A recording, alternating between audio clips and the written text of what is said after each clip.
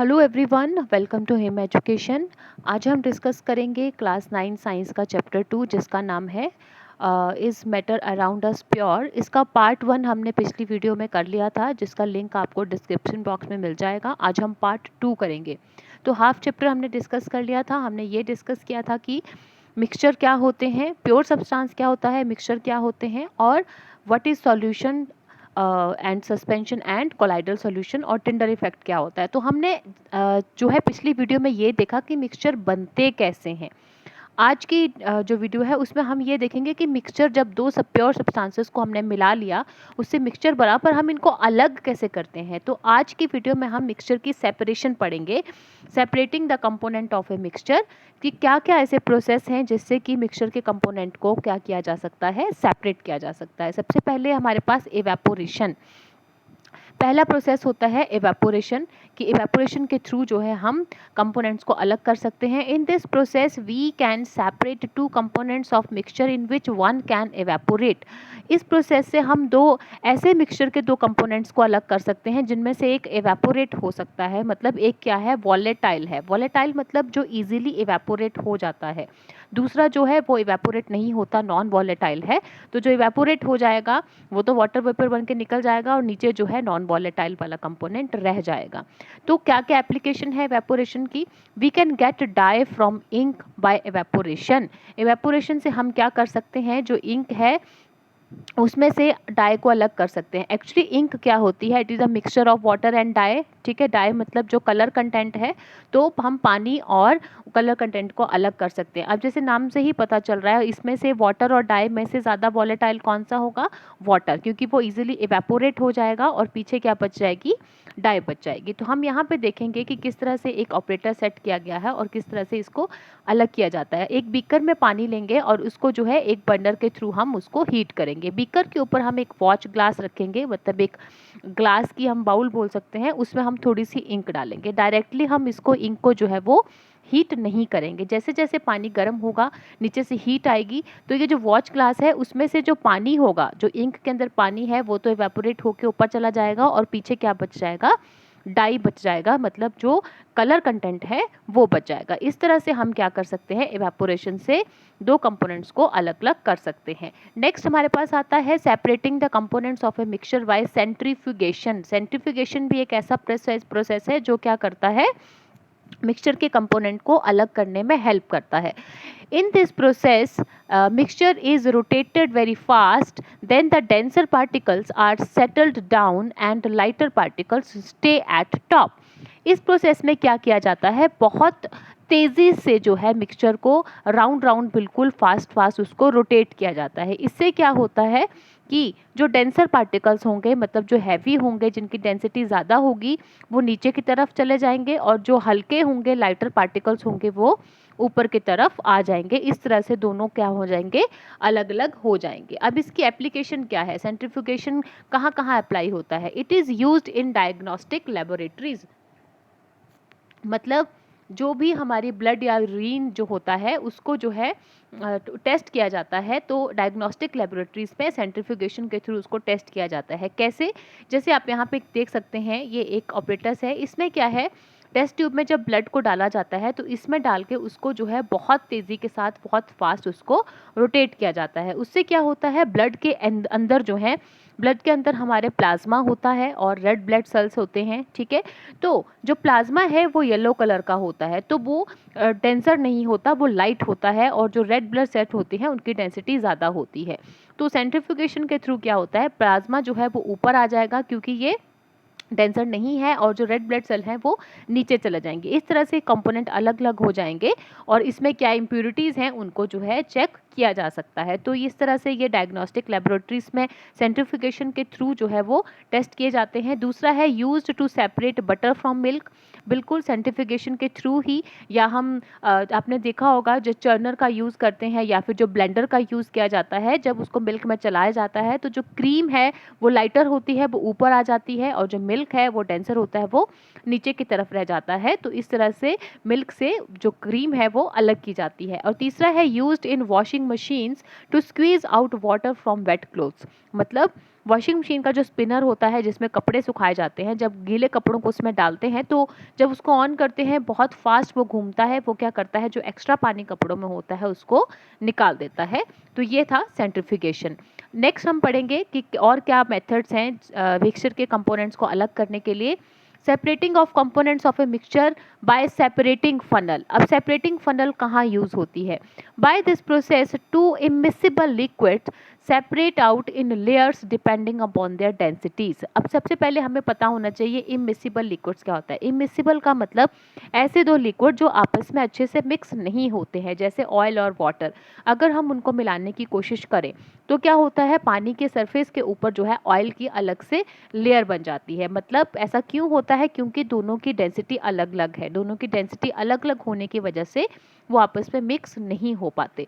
तो ऐसे immiscible liquid जिनकी डेंसिटी अलग अलग होती है उनको सेपरेट करने के लिए सेपरेटिंग फनल का यूज़ किया जाता है। ये है हमारे पास सेपरेटिंग फनल।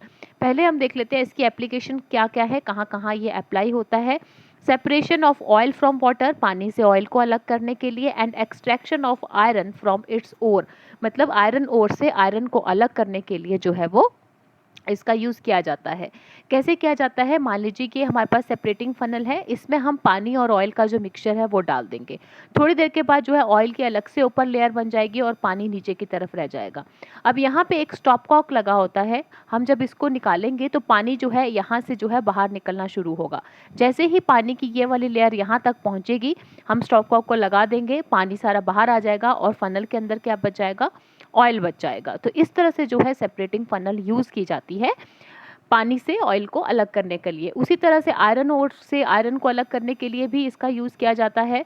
ठीक है, कि जो आयरन ओर में जो भी इम्प्योरिटीज़ होती हैं वो लाइटर होती हैं, वो ऊपर की तरफ रह जाती हैं और नीचे से जो है वो मोल्टन फॉर्म में। पहले जो है आयरन ओर से आयरन को निकालने के लिए उसको पहले बहुत ज़्यादा टेम्परेचर के ऊपर मेल्ट किया जाता है, तब सेपरेटिंग फनल का यूज़ किया जाता है। ठीक है, नेक्स्ट हमारे पास आता है separating the components of a mixture by sublimation. तो अभी तक हमने क्या क्या पढ़ा? अभी तक हमने पढ़ा कि सेपरेशन जो है वो इवेपोरेशन के थ्रू हो सकती है, सेंट्रीफ्यूगेशन के थ्रू हो सकती है और सेपरेटिंग फनल के थ्रू हो सकती है। नेक्स्ट है सब्लिमेशन। सब्लिमेशन के थ्रू किस तरह से सेपरेशन होती है दो कंपोनेंट्स की किसी भी मिक्सचर के। सब्लिमेशन पहले होता क्या है, पहले हम वो पढ़ेंगे। सब्लिमेशन ऐसा प्रोसेस जिसमें सीधा सॉलिड से गैस बनती है और गैस से सॉलिड बनती है। मतलब बिना लिक्विड स्टेट में जाए हुए सॉलिड स्टेट से सीधा गैसेस स्टेट में चेंज हो जाएगा और गैसेस से सीधा सॉलिड में चेंज हो जाएगा। इसके अगर हम एग्जाम्पल की बात करें, हमारे पास जो नेफ्थालीन बॉल्स होती हैं जो हम घर में कपड़ों में रखते हैं, वो जब हम उनको रखते हैं कुछ टाइम के बाद वो डिसअपियर हो जाती है। मतलब वो सीधा सॉलिड से गैस में बनेगी चली गई without coming into the form of liquid state. ठीक है, या फिर कपूर जो हम घर में पूजा के लिए यूज़ करते हैं वो भी ऐसे ही होता है, सब्लिमेशन के थ्रू ही सॉलिड से गैस में बदल जाता है। ठीक है, अब in this process we can separate sublimable component from non sublimable component. अब दो ऐसे कंपोनेंट जिनमें से एक सब्लिमेबल है और दूसरा नॉन सब्लिमेबल है, उनको हम अलग कर सकते हैं। अगर हम कहें दोनों ही सब्लिमेबल है तो दोनों सब्लिमेबल मतलब दोनों ही गैस बन जाएंगे, तो कैसे पता चलेगा कि कौन किससे अलग हुआ? तो दो ऐसे कंपोनेंट्स का मिक्सचर जिसमें से एक सब्लिमेबल है और दूसरा नॉन सब्लिमेबल है, उनमें से हम जो है एक दूसरे को अलग कर सकते हैं। इसकी एप्लीकेशंस क्या क्या है?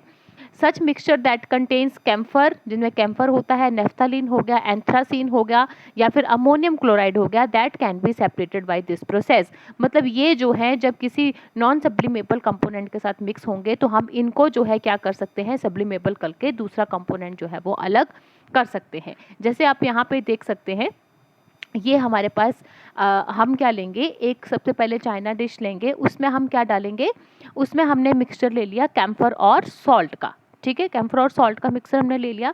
अब नीचे से हम इसको हीट करना शुरू करेंगे और ऊपर से हम एक इन्वर्टेड फनल रख देंगे, मतलब ऐसी फनल जिसको हम उल्टा करके रखेंगे और ऊपर हम क्या करेंगे, एक उसको यहाँ से बंद कर देंगे, कॉटन प्लग लगा देंगे ताकि वेपोरेशन से वो बाहर ना जा पाए। ठीक है, अब जब हमने हीटअप करना शुरू किया, यहाँ पे हमने रखा है सॉल्ट और कैम्फर का मिक्सचर। ठीक है, तो सॉल्ट जो है वो नॉन सब्लिमेबल है पर जो कैम्फर है वो सब्लिमेबल है। जैसे ही नीचे से हीट होगी कैम्फर क्या होगा, वाटर वेपर्स में बदल जाएगा और वाटर वेपर में बदलने के बाद ये जो फनल है इसके सरफेस के पास जाके वहाँ पे जमा हो जाएगा। अब फनल जो है वो ठंडी है, उसका सरफेस ठंडा है, तो वाटर वेपर फिर से क्या बन जाएंगे, सॉलिड में बदल जाएंगे। तो इस तरह से जो कैम्फर होगा वो सारा ही सॉलिड बन के इसके फनल के सरफेस के साथ चिपक जाएगा और नीचे जो है सॉल्ट वो अलग रह जाएगा। तो इस तरह से हम दो कंपोनेंट्स को क्या कर सकते हैं, अलग कर सकते हैं। नेक्स्ट है separating the components of a mixture bye chromatography. तो अभी तक हमने पढ़ा, वो भी थोड़ा सा डिस्कस करें। इवेपोरेशन के थ्रू हमने पढ़ा, सेपरेटिंग फनल हमने पढ़ा, सेंट्रीफ्यूगेशन पढ़ा और हमने सब्लिमेशन पढ़ा। अब आता है क्रोमेटोग्राफी। क्रोमेटोग्राफी से कौन से कंपोनेंट्स को अलग किया जाता है। तो इन this process different components of a mixture are separated due to their differential movement in a stationary solvent।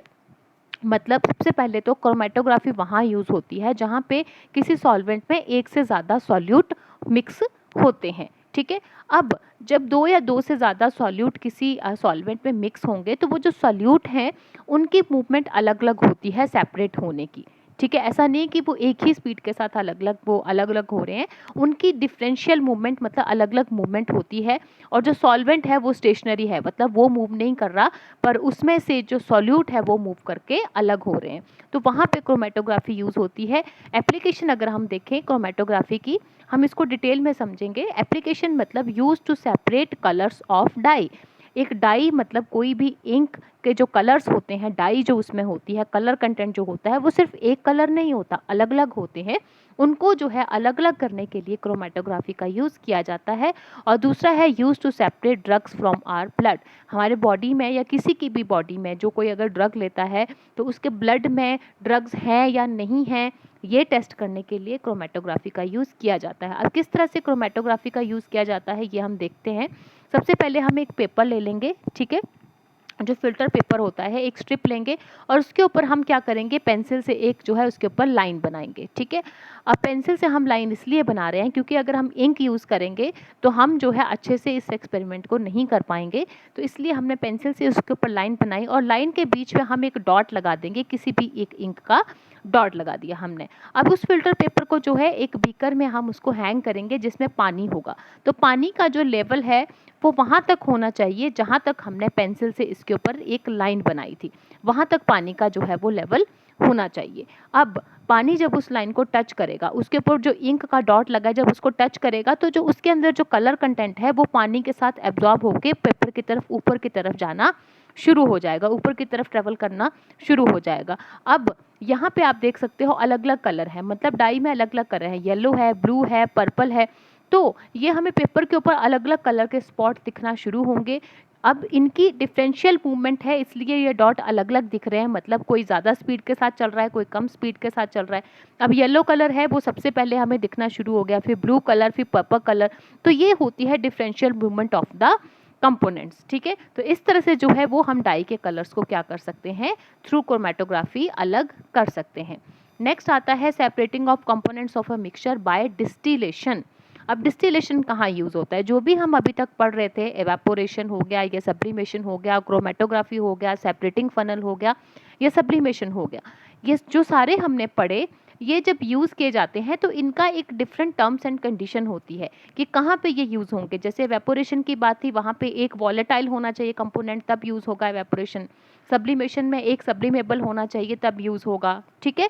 तो सेपरेटिंग फनल तब यूज़ हुआ था जब जो इमिसिबल लिक्विड थे जो आपस में मिक्स नहीं हो पाते। तो सबकी टर्म्स एंड कंडीशन है, उसी टर्म एंड कंडीशन के थ्रू जो है सेपरेटिंग जो मेथड है वो यूज़ होता है। आगे आता है डिस्टिलेशन।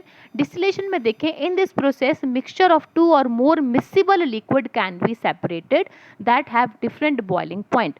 अब यहाँ पे डिस्टिलेशन कब यूज़ किया जाता है, मिसिबल लिक्विड मतलब जो अच्छे से मिक्स हो गए हैं, जो अच्छे से मिक्स हो गए हैं, ठीक है। जैसे किसी भी एक ऐसे जिनको देख के हम बता नहीं सकते कि इसमें कुछ मिक्स है या नहीं है, क्योंकि वो इतनी अच्छी तरह से एक दूसरे में मिक्स हो गए हैं। तो जब मिसिबल लिक्विड्स को सेपरेट करना होता है, पर उन दोनों लिक्विड का बॉइलिंग पॉइंट क्या होना चाहिए, अलग अलग होना चाहिए, तभी हम डिस्टिलेशन के थ्रू इसको अलग कर सकते हैं। तो जब इनके बीच का बॉइलिंग पॉइंट का डिफरेंस 25 डिग्री सेल्सियस से ज़्यादा होता है, इतना या इससे ज़्यादा होता है, उस वक्त डिस्टिलेशन का प्रोसेस जो है वो यूज़ किया जाता है। अगर हम एग्जांपल से समझेंगे, that is, it is application देखें डिस्टिलेशन की, it is use to separate acetone and water, मतलब एसीटोन और वाटर का जो मिक्सचर है उसमें से एसीटोन और वाटर को अलग अलग करने के लिए डिस्टिलेशन का यूज़ किया जाता है। अब यहाँ पे ये डिस्टिलेशन का ऑपरेटर्स है, ठीक है। अब यहाँ पे एक फनल है जिसमें हमने क्या किया, वाटर और एसीटोन का मिक्सचर ले लिया, ठीक है। अब इसमें जो है ऊपर एक फनल में ऊपर एक थर्मामीटर लगा होता है जो कि टेम्परेचर चेक करता है, नीचे हमारे पास हीटर लगा हुआ है ताकि हम इसको हीटअप कर सके, ठीक है। अब इसके साथ क्या लगा हुआ है, ये क्या है, कंडेंसर है। ये कंडेंसर है और इसमें जो ब्लू ब्लू दिख रहा है वो पानी है। कंडेंसर इसलिए लगाया गया होता है कि इसमें से जो कंपोनेंट पास करे वो एकदम से ठंडा हो जाए, और नीचे जो है यहाँ पे जो है बीकर में अलग से उस कंटेंट को अलग कर लिया जाता है। तो कैसे हम इसको करेंगे, हम ध्यान से देखते हैं। हमने एक बीकर में क्या किया, हमने एक पनल में पानी और एसीटोन का मिक्सचर ले लिया और उसको हीटअप करना हमने स्टार्ट कर दिया। अब एसीटोन का जो बॉइलिंग पॉइंट होता है that is round about 56 degree Celsius, और जो वाटर है उसका जो बॉइलिंग पॉइंट होता है that is round about 100 degree Celsius, ठीक है। तो सबसे पहले क्या आएगा, जब हीटअप करना शुरू करेंगे तो 56 100 से छोटा है तो 56 पहले आएगा। तो जब 56 पे हम पहुंचेंगे मतलब एसीटोन का बॉइलिंग पॉइंट आ जाएगा, तो एसीटोन बॉयल होके जो है वाटर वेपर में बनना शुरू हो जाएगा। वाटर वेपर जो है यहाँ से आएंगे और सीधा कंडेंसर में एंटर कर जाएंगे। जब कंडेंसर में एंटर करेंगे तो वहाँ पे जो है कंडेंसर होने की वजह से ये क्या करेंगे, ठंडे हो जाएंगे, मतलब फिर से लिक्विड में बदल जाएंगे, और वो लिक्विड जो है यहाँ पे दूसरे बीकर में इकट्ठा हो जाएगा और पानी यहाँ पे रह जाएगा, क्योंकि पानी का तो बॉइलिंग पॉइंट आया ही नहीं है। जब पानी का बॉइलिंग पॉइंट नहीं आया है तो पानी जो है वो वेपर नहीं बनेगा, तो पानी जो है वो वाटर जो है वो यहाँ पे रह जाएगा और एसीटोन जो है वो यहाँ पे आ जाएगा। तो इस वक्त जो है डिस्टिलेशन अचीव की जाती है जब दो कंपोनेंट्स के जो बॉइलिंग पॉइंट का डिफरेंस है वो 25 डिग्री या इससे ज़्यादा होता है, क्योंकि अगर जो है बॉइलिंग पॉइंट का डिफरेंस कम हुआ तब तो दोनों लिक्विड एक साथ जो है वाटर वेपर बनना शुरू हो जाएंगे। तो उस वक्त जो है कैसे इनको अलग किया जाएगा वो हम नेक्स्ट स्लाइड में पढ़ेंगे, जिसको कहते हैं फ्रैक्शनल डिस्टिलेशन। होती ये भी डिस्टिलेशन की तरह है, पर इसमें एक जो है ऑपरेटर्स अलग से ऐड किया जाता है जो कि हेल्प करता है ऐसे दो कंपोनेंट्स को अलग करने के लिए जिनके बॉइलिंग पॉइंट का डिफरेंस कम होता है। तो फ्रैक्शनल डिस्टिलेशन नाम से ही पता चल रहा है, जैसे मैंने अभी बताया, in this process mixture of two or more miscible liquid can be separated that have different boiling point but the difference of the boiling point is less than 25 degree Celsius, ठीक है। एप्लीकेशन कहाँ कहाँ use होता है, in the separation of oxygen, liquid nitrogen, argon from air, मतलब air is the mixture of many gases, तो उन gases के बॉइलिंग पॉइंट में ज़्यादा डिफरेंस नहीं होता, तो उन गैसेस को अलग करने के लिए जो है ये यूज़ किया जाता है। दूसरा है use to separate crude oil components like petrol, kerosene, diesel, jet oil, tar etcetera, जो क्रूड ऑयल के कंपोनेंट है उनको अलग करने के लिए यूज़ किया जाता है। अब फ्रैक्शनल डिस्टिलेशन भी डिस्टिलेशन की तरह ही होता है, जैसे ये हमारे पास एक फनल है, उसमें हमने मिक्सचर ले लिया दो अलग अलग मिसिबल लिक्विड्स जिनका बॉइलिंग पॉइंट मान लीजिए सेम है। मान लीजिए एक का बॉइलिंग पॉइंट 50 डिग्री है और दूसरे का बॉइलिंग पॉइंट 55 डिग्री सेल्सियस है, ठीक है। तो जब हम इसको बॉईल करना शुरू करेंगे तो क्या होता है, यहाँ पे एक फ्रैक्शनेटिंग कॉलम लगा होता है, ये आपको दिख रहा है जिसमें ब्राउन कलर का वो लगा हुआ है, कलर है फ्रैक्शनेटिंग कॉलम। इसमें जो है छोटी छोटी वाटर बॉल्स होती हैं, मतलब शीशे की छोटी छोटी बॉल्स होती हैं, ठीक है। वो क्या करती हैं वो हम अभी पढ़ेंगे हम। तो होता क्या है, बाकी सारा ऑपरेटर सेम होता है। जैसे ही हमने हीटअप करना शुरू किया तो क्या होता है कि जैसे ही फिर मान लीजिए हमने पढ़ा कि दो कंपोनेंट्स हैं, उनमें से एक का बॉइलिंग पॉइंट 50 है और दूसरे का 55 है। जैसे ही 50 डिग्री आएगा तो क्या होगा, जो जिसका 50 डिग्री बॉइलिंग पॉइंट है वो वेपर बनना स्टार्ट हो जाएगा। तो वो वेपर बनना स्टार्ट होगा तो यहाँ से वो कंडेंसर में से ठंडा होके जो है अलग से यहाँ पे जो है दूसरी बॉटल में इकट्ठा होना शुरू हो जाएगा। पर जब 50 डिग्री हमारे पास बॉइलिंग पॉइंट आएगा तो थोड़ा सा असर तो इसको भी पड़ेगा, क्योंकि इसका भी थोड़ा थोड़ा क्या होगा, बॉइलिंग पॉइंट आना जो है वो शुरू ही होगा, थोड़े थोड़े वेपर बनने शुरू होंगे। तो क्या होगा उस वक्त, ये जो फ्रैक्शनेटिंग कॉलम है ये क्या करता है, जब दूसरे कंपोनेंट के वेपर बनना शुरू होते हैं तो ये जो बॉल्स लगी होती हैं ये क्या करती हैं, कंडेंसर का काम करती हैं, उनको ठंडा करती हैं और वापस से नीचे बीकर में भेज देती हैं, क्योंकि उसका बॉइलिंग पॉइंट अभी आया नहीं आया है, इसलिए ये वो इसको क्रॉस करके कंडेंसर में नहीं पहुंच पाता, बल्कि जिसका बॉइलिंग पॉइंट आ गया है वो इसको क्रॉस करके कंडेंसर में पहुंच जाता है। तो एक तरह से फ्रैक्शनेटिंग कॉलम जो है वो कूलिंग का काम करता है, वो वापस से इनको जो है यहाँ पे भेज देता है। तो इस तरह से दो कंपोनेंट्स को क्या किया जाता है, अलग किया जाता है। स्पेशली अगर हमने ऑक्सीजन को बाकी गैसेस से अलग करना है तो वो फ्रैक्शनल डिस्टिलेशन के थ्रू जो है वो अलग करके सिलेंडर में फिल किया जाता है। तो ये तो फ्रैक्शनल डिस्टिलेशन। आगे है separation of components of a mixture by crystallisation. Crystallisation के थ्रू कैसे अलग किया जाता है? Crystallization in this process, impure mixture first dissolve in suitable solvent, then crystallize one component. अब क्रिस्टलाइजेशन में होता क्या है? मान लीजिए आपके पास कोई मिक्सचर है, आपने एक बाउल में एक मिक्सचर रखा हुआ है और आपको कहा जाता है कि इसको अलग करना है, ठीक है। मान लीजिए कुछ पाउडर है या कुछ, जैसे आपने देखा होगी कि हम जो सी से सॉल्ट निकालते हैं, सी से ही सॉल्ट बनता है, ठीक है, इवेपोरेशन के थ्रू सॉल्ट बनाया जाता है। बट क्या वो सॉल्ट प्योर है? क्या वो प्योर NaC है या उसमें कुछ और कंपोनेंट्स ऐड है? बहुत सारी इम्प्योरिटीज़ उसमें होती हैं, ठीक है। तो उनको अलग करना जो है उस क्रिस्टलाइजेशन के थ्रू अलग किया जाता है। कैसे अलग किया जाता है? एक बॉल में हम वो सॉल्ट लेंगे, पर उसको सॉल्ट को हम, जैसे वो ड्राई है तो उसको वैसे नहीं कर सकते, उसको पहले एक सॉल्वेंट में डालना पड़ेगा ताकि वो सॉल्वेंट में अच्छे से डिजॉल्व हो जाए, तब हम जो उसमें से अलग करना चाहते हैं उसको हम अलग कर लें। तो जैसे हमने सॉल्ट लिया, उसको हम पहले पानी में मिलाएंगे और अच्छे से उसको डिजॉल्व कर लेंगे, ठीक है। एक गिलास में हमने पानी में उसको मिला लिया और अच्छे से डिजॉल्व कर लिया। अब हम क्या करेंगे, इस तरह से एक थ्रेड जो है वो इसमें हम हैंग करेंगे या लटकाएंगे, और उसके बाद इसको जो है सारे के सारे इसको जो मिक्सचर है या सारा का सारा जो भी हमने रखा है थ्रेड, मिक्सचर, गिलास, उसको कूल किया जाता है, ठंडा किया जाता है, ठीक है। एक फिक्स टेम्परेचर के ऊपर जो है ठंडा करने पे क्या होता है, जो थ्रेड है उसमें जो है जो सॉल्ट के क्रिस्टल बनने शुरू हो जाते हैं। मतलब सॉल्ट जो है वो क्रिस्टल बन के इन थ्रेड के साथ चिपक जाएगा और बाकी सारी जो इम्प्योरिटीज़ हैं वो पानी के अंदर रह जाएंगी, और इस तरह से हम इन क्रिस्टल्स को अलग कर सकते हैं। प्योर फॉर्म ऑफ सॉल्ट जो है वो हम निकाल सकते हैं। तो इस तरह से क्रिस्टलाइजेशन जब भी करनी हो तो पहले जो है इम्प्योर जो भी सब्सटेंस होता है उसको पहले एक सॉल्वेंट में डालना पड़ता है।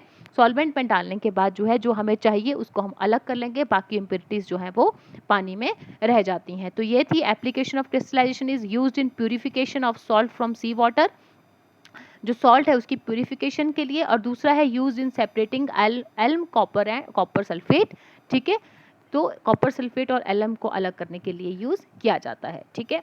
नेक्स्ट हम देखते हैं, तो ये अभी तक तो जो थे वो सेपरेटिंग कंपोनेंट्स के सारे मेथड्स थे, जैसे इवेपोरेशन हो गया, सब्लिमेशन हो गया, क्रिस्टलाइजेशन हो गया, सेपरेटिंग फनल हो गया, डिस्टिलेशन हो गया, फ्रैक्शनल डिस्टिलेशन हो गया, ठीक है। ये सारे ही क्या थे, और सेंट्रीफ्यूगेशन हो गया, ये सारे क्या थे, मेथड्स थे कि किस तरह से हम कंपोनेंट्स को अलग कर सकते हैं। अब आता है हमारे पास फिजिकल और chemical change. What is the difference between physical and chemical change?